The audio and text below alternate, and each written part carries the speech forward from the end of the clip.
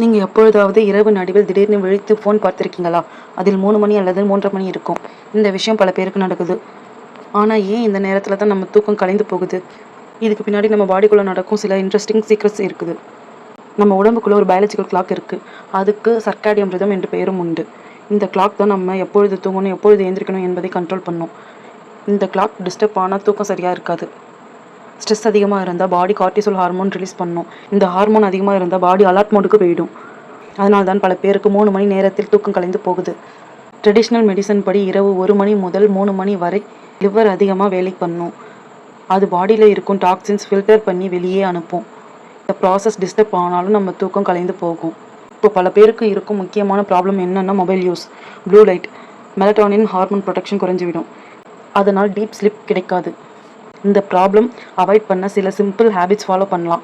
தூங்கும் முன் mobile use குறைக்கணும். Late night heavy food avoid பண்ணணும்.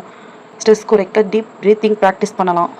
இந்த சிம்பிள் ஹேபிட்ஸ் ஃபாலோ பண்ணால் உங்கள் ஸ்லீப் குவாலிட்டி இம்ப்ரூவ் ஆகும். 3 o'clock வேக்கப் ப்ராப்ளம் குறைந்து விடும். இந்த வீடியோ யூஸ்ஃபுல்னா சப்ஸ்கிரைப் பண்ணி இன்னும் ஹெல்த் ஃபேக்ட்ஸ் தெரிஞ்சுக்கோங்க.